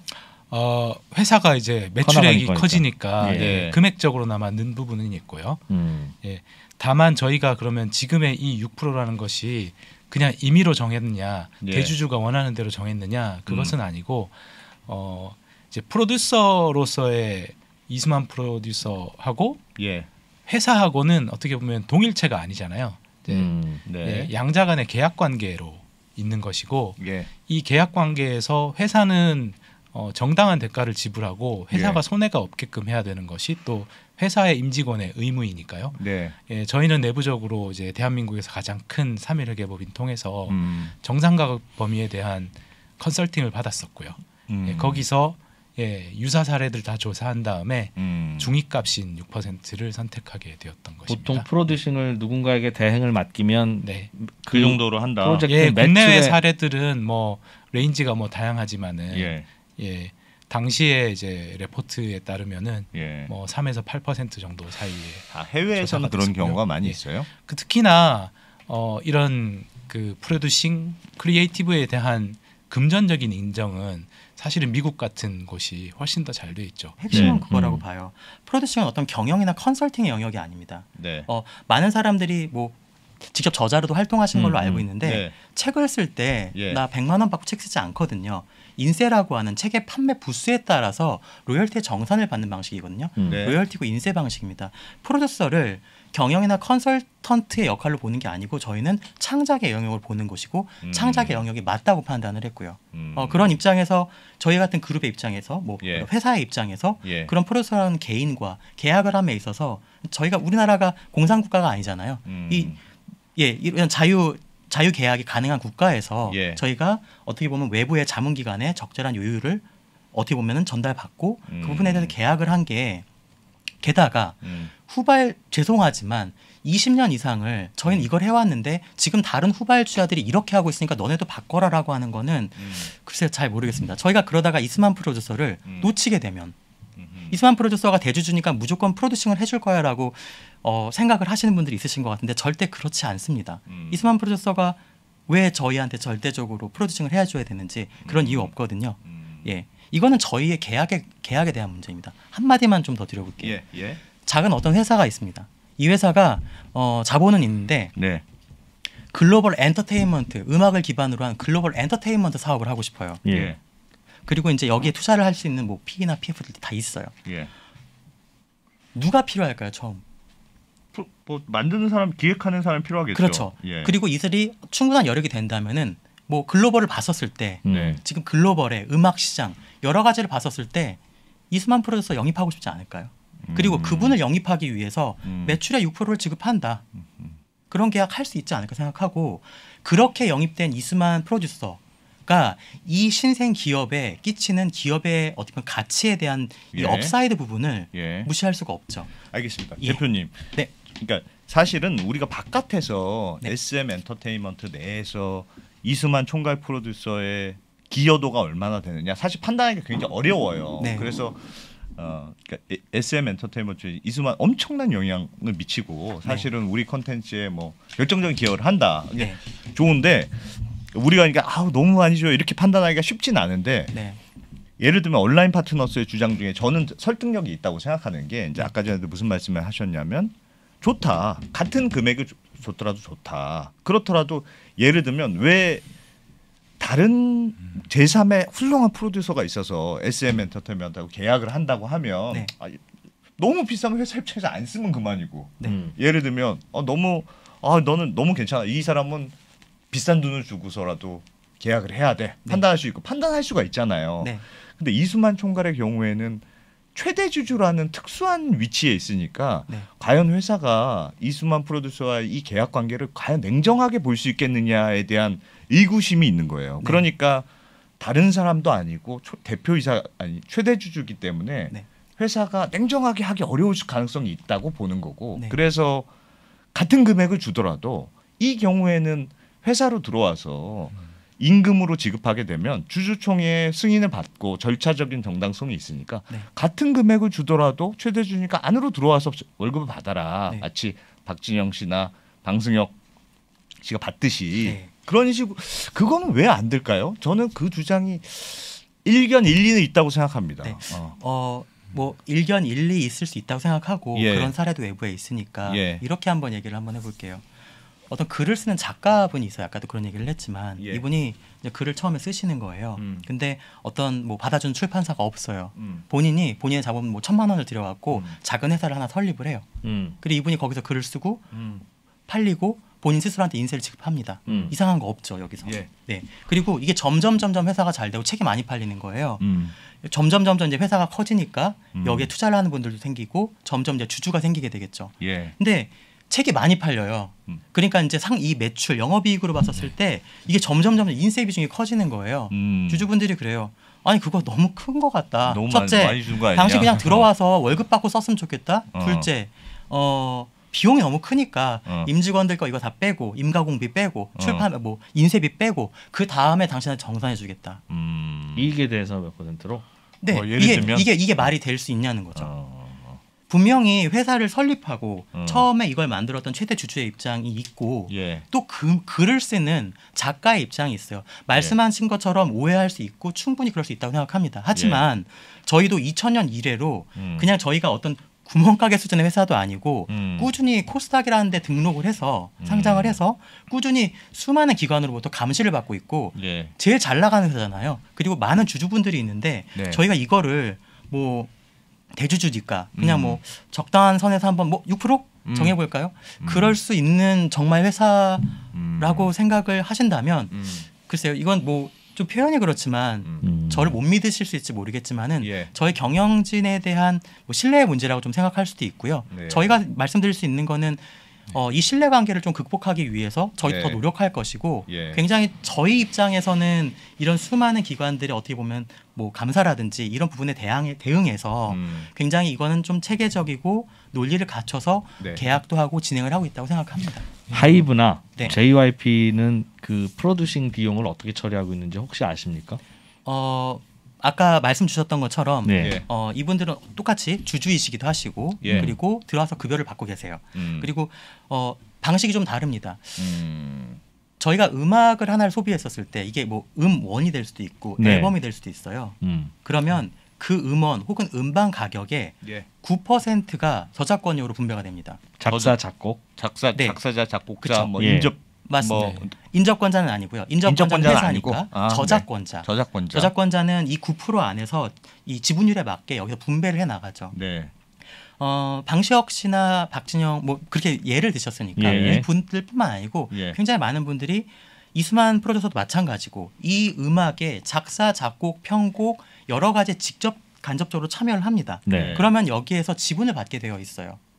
그리고 그 부분에 있어서 방시혁 씨나 박진영 씨 같은 경우는 지분을 인정을 받고 거기에 저작권자로 등록을 해서 합법적으로 저작권료를 분배를 잘 받고 계십니다. 죄송하지만 그 저작권료에 대한 흐름은 사실 회사의 공시재료 같은 데 보이지 않아요. 그건 정당한 금액입니다. 이수만 프로듀서는 처음부터 이 금액에 손을 안 대요. 왜 그러냐? 이 부분에 대해서 저희가 반문할 수도 있습니다. 그러면 음악 저작권자들한테 저작권료도 지불하고 여기에도 뭐 프로듀서 로열티도 지불하고 두 번 지불하는 거 아니냐. 두 가지 관점이 있는데 저희는 1995년도부터 그러니까 이런 게 이 음악 산업이 산업화가 되기 전부터 시작했고 모든 글로벌이나 모든 영역에 처음으로 진출했던 회사예요. 음악 하나를 찾는 거, 그 음악 하나가 히트하는 거. H.O.T가 데뷔했었을 때 캔디라는 곡 하나로 엄청나게 뭐 데뷔를 하자마자 어마어마하게 히트를 했는데 사람들이 생각할 때는 그냥 전화 한 통 해갖고 곡을 전화를 해갖고 하나 줘 이러면 캔디 같은 곡이 나오는 줄 알지만 이 곡 하나에 회사가 사활을 걸거든요. 곡이 그렇게 중요해요. 그러면 이 곡을 좋은 곡을 저희가 한국에서 그리고 전 세계에서 받기 위해서는 이 곡을 준 저작권자들이 여기를 통해서 이익을 추구할 수 있어야 돼요. 많은 이익을 누려야 돼요. 옛날처럼 저작권료가 저작권자들이 보호받지 못하던 시기에 거기를 건드리지 않은 거예요. 처음부터. 이 후배들 저작권자들이 여기서 온전하게 다 갖고 가게. 왜 그러냐? 회사 입장에서는 양쪽에 대한 투자인 거예요. 이거를 보전을 해야 더 좋은 곡들을 본인들이 많은 이익을 가질 수 있으니까 전 세계에서 곡이 모이는 거죠. 저희가 일주일에 곡이 전 세계에서 200곡이 온다고 말씀드렸는데 다른 나라에 있는 모든 레이블의 사례를 찾아도 일주일에 200곡의 데모를 받는 회사는 없습니다. 그만큼 저희는 여기에 엄청나게 투자를 했고 이게 표면적으로 보이는 게 이수만 프로듀서일 뿐 저희는 하나의 음악을 찾는 거에 굉장히 많은 좀 투자를 하고 있는 그런 회사입니다. 그럼 똑같이 작사 작곡을 하더라도 SM에서 히트한 곡을 작사 작곡한 것이 다른 엔터테인먼트 업체들에서 작사 작곡한 것보다 저작권료를 같은 매출을 일으켰다면 더 많이 받습니까? 이수만 프로듀서의 몫이 저작권에는 없다 하니? 맞습니다. 거기에 참여를 안 했으니까요. 뺐으니까. 파이가 늘어나는 거죠. 저 온라인 파트너스 쪽에서는 SM 엔터테인먼트의 이익률이 다른 회사 비슷한 업을 하는 다른 회사보다 떨어진다. 떨어지는 이유가 여러 가지가 있겠으나 다른 곳에서는 9%의 저작권만 주고 나머지 매출이 회사 건데 거기서는 비용 떼겠죠. 여기는 9%도 떼고 6%라는 프로듀싱 비도 떼고 하니까 이익률이 낮은 거 아니냐. 왜 그렇게 해야 되느냐는 질문을 하더군요. 네. 저작권료하고 프로듀싱 인세가 그러면 중복 지급돼서 회사의 비용이 늘어나는 것이 아니냐 하는 부분은 한번 이렇게 드려보고 싶습니다. 저작권료라는 것은 사실은 평생 따라가는 것이고 그 창작물이 존재하는 동안 계속해서 인세로 지급되거든요. 다만 프로듀싱이라는 것은 저희하고 이수만 총괄 프로듀서 간의 계약이 끝나는 순간 더 이상 비용이 발생하지 않게 되는 것이고 네. 그렇다면 회사 입장에서 또는 뭐 만약에 이수만 총괄 프로듀서 개인 입장에서 생각해 보자면 저작권자로 등록을 충분히 할 수 있는 작업에 참여를 했음에도 안 했다. 그러면은 그 부분은 은퇴하고서도 계속해서 받을 수 있는 저작권의 인세는 주장을 안 하고 있는 거거든요. 네. 그리고 이수만 총괄 프로듀서가 아니다 하더라도 어쨌든 양질의 프로듀싱을 통해서 좋은 컨텐츠 생산하고 저희 회사 성장하고 수익 계속 내기 위해서는 이수만 총괄 프로듀서가 아닌 누군가와도 또 그런 프로듀싱을 해야 되는 것이거든요. 그렇게 보자면 그것이 반드시 이중 지급이 되어서 회사의 어떤 주식의 가치를 훼손하고 있느냐 하는 부분은 저는 아니라고 말씀드리고 싶고. 근데 그럼 잠깐 중간에 죄송한데 그러니까 이익률이 지금 경쟁사 대비해서 조금 낮은 건 사실인 것 같은데 그거는 왜 그렇습니까? 그러니까 왜냐하면 그러니까 본인의 입장에서 예를 들면 저작권으로 등록해서 오랫동안 받을 수 있는 걸 포기했다. 그러니까 금액이 제가 뭐가 더 많을지 모르겠습니다만 예를 들면 평생 받을 수 있는 걸 포기한 게 당장 적을 수는 있으나 회사 입장에서 보기에는 저작권은 회사가 지급하는 돈이 아니고 예를 들면 딴 데서 이제 저작권을 받는 거잖아요. 저작권료를 받는 방송국이나 혹은 뭐 어디 백화점이나 이런 데서 그 음악이 틀어지면 회사 입장에서는 뮤직 포탈이나 이런 곳에서 그러니까 회사 입장에서는 지급해야 되는 돈은 어쨌든 더 많아지는 거 아닐까? 이수만 프로듀서에게 프로듀싱 인세가 지급돼서 그 부분만큼의 어떻게 보면 이익률이 감소한다. 뭐 숫자로 보면 맞는 얘기입니다. 근데 이렇게 생각해 봐주시면 어떨까 싶어요. 반복해서 얘기하지만 1995년도부터 지금 현재까지 근 30년 동안 프로듀싱을 했어요. 그리고 그때부터 나왔던 H.O.T, SES, 보아, 신화, 플라이 투 더 스카이, 동방신기, 슈퍼주니어, 소녀시대, FX 모든 프로젝트들이 90% 이상의 성공의 잣대가 어딘지를 명확하게 표현하는지 모르겠지만 90% 이상의 프로젝트가 근 30년 동안 가장 최근에 나온 에스파, 심지어는 올해 나왔던 연합팀인 갓더비트, GOT라는 팀까지 90% 이상이 성공을 해요. 전 세계 전례를 찾아볼 수 없는 일이고 그런 프로듀서도 존재하지 않았습니다. 모든 사람들이 뭐 성공한 실패가 있죠. 근데 이 거의 90% 이상의 걸 다 성공시킨 프로듀서라는 게 존재하냐? 존재하고 있는 거예요. 그게 저희가 지금 계약한 이수만 프로듀서입니다. 그 사람을 잡는 거. 거기에 대해서 그 말씀하신 것처럼 뭐 저희가 매출의 6% 정도를 지급하고 있는 것에 대해서 그만큼의 이익률이 줄어드는 건 맞지만 저희는 이러한 성공률을 위해서 결국은 더 큰 파이를 만들어내고 1996년도에 데뷔했던 강타가 아직까지 저희의 소속 아티스트거든요. 이거를 다 유지를 하고 이 IP를 지금 어떻게 보면 다 소유하고 있고 미래의 사업에 적용할 수 있는 이 업사이드의 부분은 저희는 이만 충분히 그 정도의 비용을 지불할 수 있다고 생각합니다. 한마디만 더 드리면 너무 저희가 만들면 다 성공하겠지. 그냥 SM이 나오니까 돈 많으니까 성공하는 거 아니야? 라고 너무 쉽게 생각하시는 것 같아요. 그렇지 않거든요. 지금 요즘 그런 얘기는 있어요. 그러니까 카카오나 뭐 그러니까 CJ가 뭐 인수하고 싶다는 요즘 기사들이 많잖아요. 요즘은 카카오 쪽 얘기가 많긴 합니다만 이제 그쪽에서는 결국은 이수만 프로듀서가 언제까지 뭐 현실적으로 언제까지 할 수는 없는 노릇일 테고 언젠가는 은퇴를 이제 하실 텐데 이수만이 없는 SM도 충분히 경쟁력이 있다고 밖에서는 보는 것 같아요. 보니까 사려는 걸 텐데 그런 거 아닙니까? 내부에서는 이수만 프로듀서가 없으면 안 된다. 이건 뭐 상상할 수 없습니다. 이렇게 말씀하시니 그럼 밖에서 사려고 하는 사람들이 뭘 잘못 판단한 거냐? CJ나 카카오가 네. 분명히 사고 나면 이수만 프로듀서는 지분이 대부분 이제 매각된 후일 테니까 관여를 안 할 가능성이 꽤 높은데 말씀하신 듯이 굳이 여기 거만 프로듀싱을 해줘야 할 이제 이유가 없으니까요. 네. 지금까지야 대주주니까 가능했지만 그렇다면 그 리스크가 매우 큰 것인데 그럼 둘 중 하나가 잘못 생각하고 있는 건데라는 의문이 듭니다. 일단 그 지금 뭐 외부에 이제 M&A에 대한 말씀을 좀 주셨어요. 예. 일단 저희 SM 엔터테인먼트 뭐 저희 경영진의 입장으로는 어쨌든 저희는 매도자나 매수자가 아닙니다. 네. 저희가 관여할 수 있는 딜은 아니에요. 오케이. 네. 근데 아까도 잠깐 말씀드렸지만 좀 이게 같은 예인지 모르겠어요. 스티브 잡스가 살아 있었을 때 이분이 뭐 열심히 일을 했죠. 예. 근데 사람들이 스티브 잡스는 언제 은퇴할지 언제 뭐 이 세상과 저거 할지 모르니까 그 뒤를 생각해야 돼. 스티브 잡스 이런 얘기를 굳이 하지 않거든요. 잘하고 있는데 이수만 프로듀서 지금 매일 새벽까지 엄청나게 프로듀싱을 하고 있고 굉장히 많은 성공작들을 계속 만들고 있거든요. 예. 저는 카카오도 뭐 지금 언급하고 있는 뭐 저희 공시도 했었으니까 뭐 CJ는 저는 그 당사자가 아니지만 정말 그 딜에서 이수만 프로듀서의 구주를 매입을 한 다음에 이수만 프로듀서는 이젠 여기까지입니다라고 할까요? 저는 도저히 그런 딜을 생각할 수가 없어요. 그리고 저희 입장에서는 이수만 프로듀서가 언제까지 일할지도 모르겠지만 저희 입장에서는 끊임없이 할 수만 있다면 계속 같이 일하고 싶어요. 이수만 프로듀서가 없는 SM이 있을 수 있죠. 하지만 그거를 저희가 고민해서 알겠습니다. 네네. 이윤율 부분 말씀하신 거 제가 좀 네. 드리고 싶은 말씀이 있는데요. 네. 예.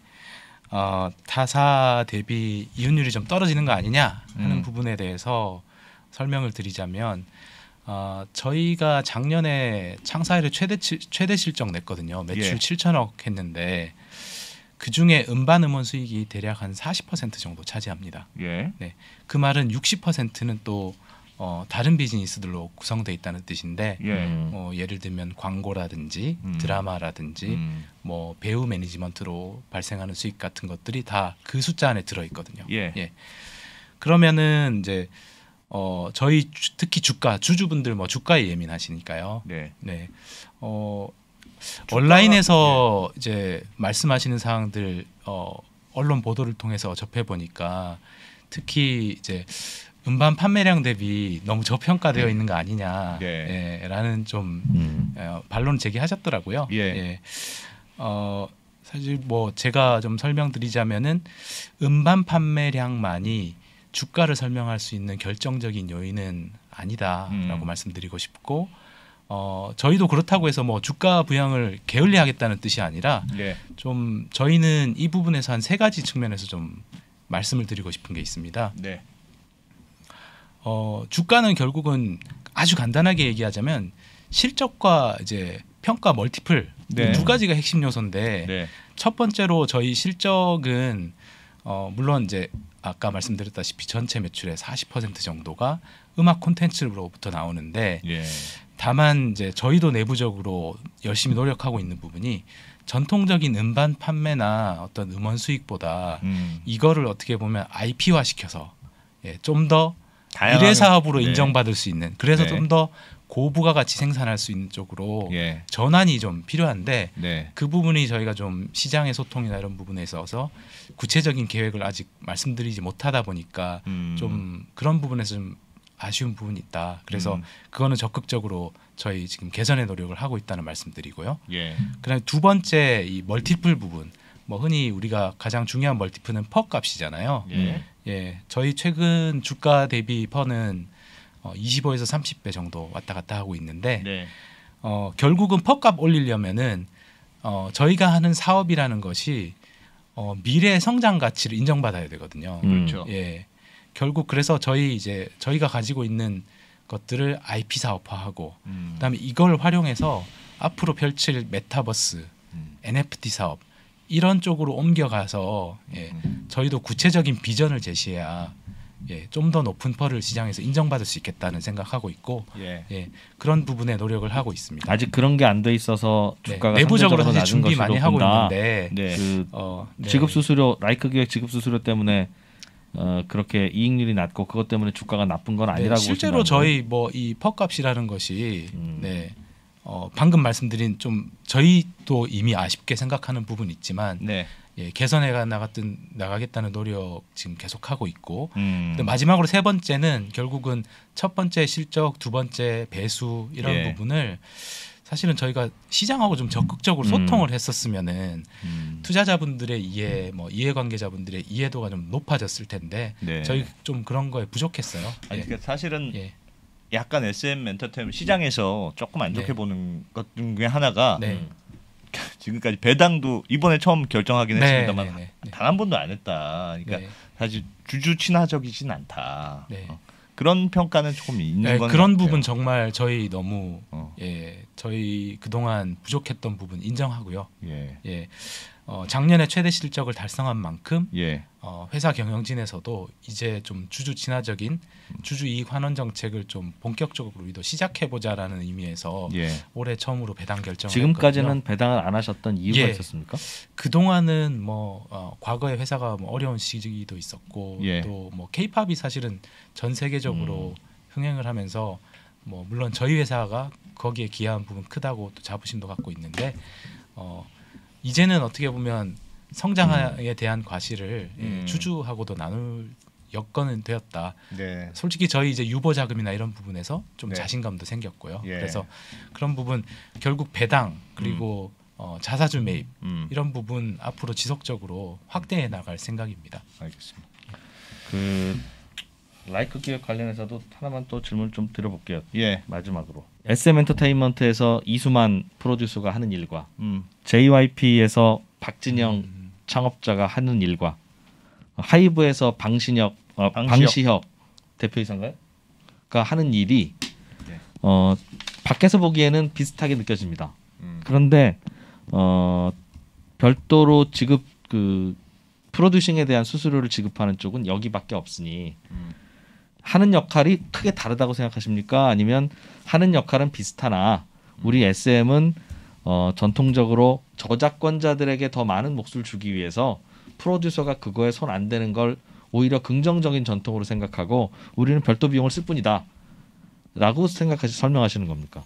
이수만 프로듀서, 뭐 방시혁 프로듀서, 박진영 프로듀서, 뭐 양현석 프로듀서 아까도 말씀드렸지만 같은 프로듀서라고 하는 호칭이 있고 직책이 있지만 누가 잘했다 잘못했다를 떠나서 저는 굉장히 역할은 다르다고 생각합니다. 뭐 이수만 프로듀서 아까도 말씀드렸지만 K-팝 처음부터 지금 뭐 미래 산업에 이르기까지 뭐 10년 전에 가상국가도 선포했던 조금은 약간 늘 다른 관점으로 뭐 어떻게 보면 이 음악과 컨텐츠의 프로듀싱에 좀 접근했던 인물이라고 생각을 하고요.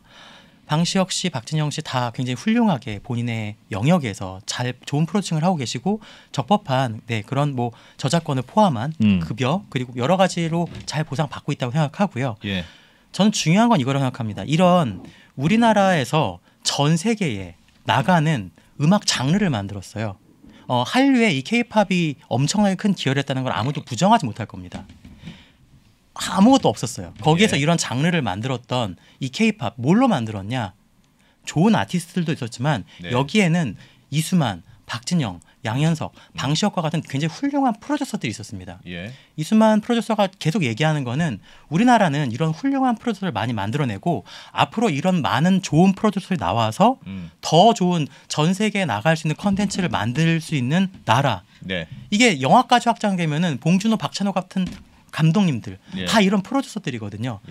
한국은 이런 우수한 프로듀서를 많이 만들어내는 나라가 돼야 우리나라는 앞으로 성공할 가능성이 있다. 그런 입장으로 봐주셨으면 좋겠어요. 최근에 모 회사에서 가장 기여가 큰 작곡가에게 한 400억 정도의 그런 여러 가지 뭐 주식 매수 선택권이라든가 이런 보상을 지불하는 걸 저도 접했는데 너무 환영할 만한 일이라고 생각합니다. 이런 저작권자들이 뭐 저작권료뿐만 아니고 이 저작권자들, 프로듀서들의 가치가 더 존중받는 게 한국이 뭐 저희가 많은 자원이 있는 데도 아니잖아요. 한국이 나아가야 될 방향이라고 생각합니다. 그러면 대표님, 예를 들면 이수만 총괄이 언젠가는 은퇴를 하실 텐데 은퇴를 했어요. 그럼 새로운 그런 총괄 프로듀서가 나왔어요. 그럼 그래도 SM은 비슷한 6% 줄 겁니까? 그걸 줍니까? 200 몇 억씩 1년에? 일단 첫 번째로 이수만 프로듀서 같은 총괄 프로듀서를 찾을 수 있을지 모르겠어요. 저희가. 그게 제일 걱정이에요. 그 말은 다만 그 말은 앞으로 SM 엔터테인먼트의 영속성에 대해서 대표이사가 불안해한다는 뜻이기도 합니다.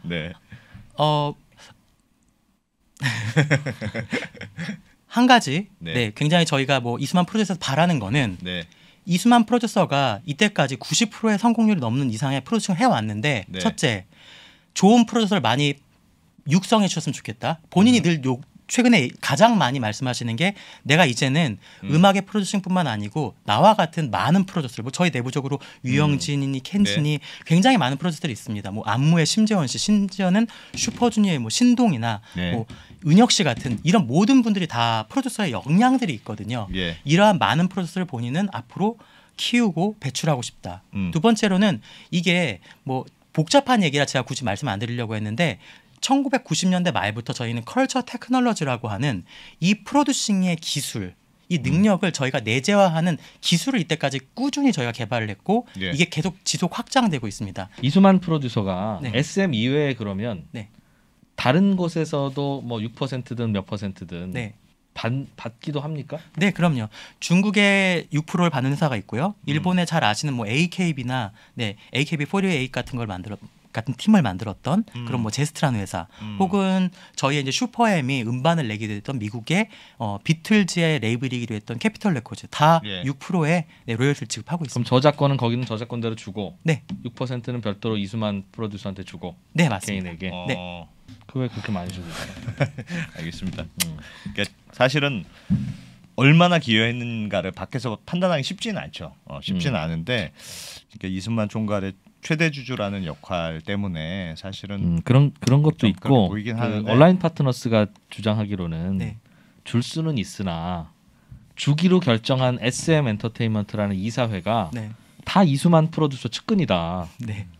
대표이사부터도 측근이고 다 이런데 어떻게 객관적으로 이수만의 능력을 판단할 수 있겠냐. 그 부분 너무한 거 아니냐. 그래서 이번에 감사 후보자를 새롭게 넣는다고 하는데 그것도 싫다고 한다. 언제까지 이렇게 폐쇄적으로 할 거냐에 대한 질문이 그 부분은 있습니다. 저희도 좀 사실 억울한 면이 있는데요. 뭐 이렇게 보고 있습니다. 경영진의 능력의 판단.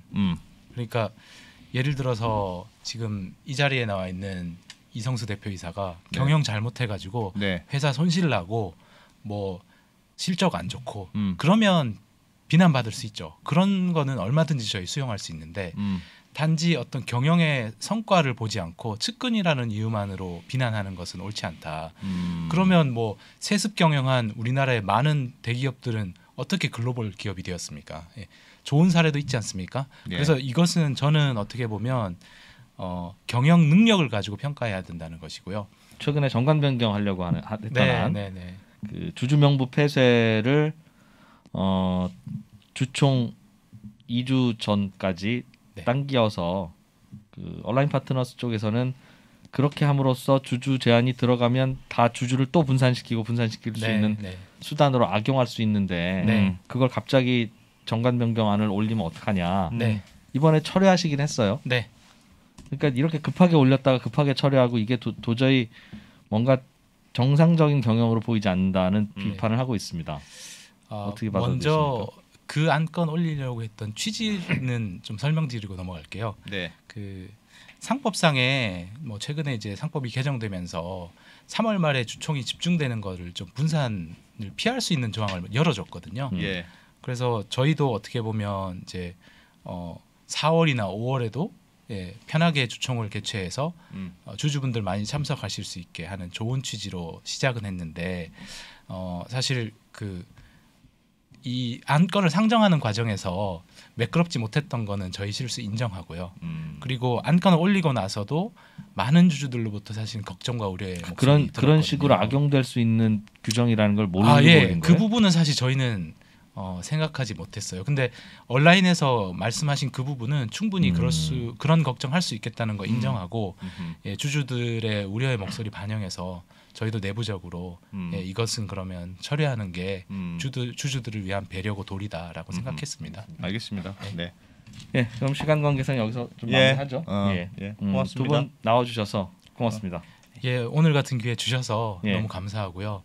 저희도 사실 좀 이제 기업 홍보 이런 IR 좀 열심히 해야겠다는 거 오늘 좀 절감하고 예, 앞으로도 좋은 모습 보여드리겠습니다. 자주 나와주십시오. 네, 저희 뭐 네. 좋은 자리 마련해 주셔서 감사합니다. 네, 네. 고맙습니다. 아세요 이 소리? 닭고기는 많이 커 맞죠? 나도 아는데 닭고기는 많이 커. 닭고기는 많이 커 많이 커. 대한민국 최초의 닭고기 브랜드 마니커. 이제 마니커 닭고기 먹고 많이 크세요. 닭고기는 많이 커. 김한진, 박세희, 김동환 이 세 명의 투자 경력은 도합 100년입니다. 갈피를 못 잡으시는 투자자들을 위해서 어려운 시장에서 살아남아 본 경험이 있는 전문가 3명의 이야기를 꼭꼭 눌러 담았습니다. 이 3명은 어떻게 시대 변화에 적응했고 생존할 수 있었을까요?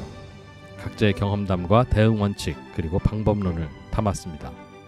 변화와 생존에서 3명의 이야기를 들어보세요. 이렇게 뜨거운 이슈는 네. 가능하면 안 다루는 게 제일 우리는 편해요, 그죠? 편한데 잘해야 겨우 뭐 그냥 본전이 잘해야 본전인데. 근데 우리가 할 수밖에 없었던 건 안 할 수가 사실 없어요. 아이템이 별로 없어. 그리고 자꾸 안 하면 비겁하게 안 하면 안 돼. 욕 먹더라도 하긴 해야 되니까. 알겠습니다. 좀 용감하게 해봤습니다. 아무튼 다행히 이번에는 양쪽 당사자가 다 섭외가 돼서 모셔서 저희는 최선의 질문을 드렸고요. 네.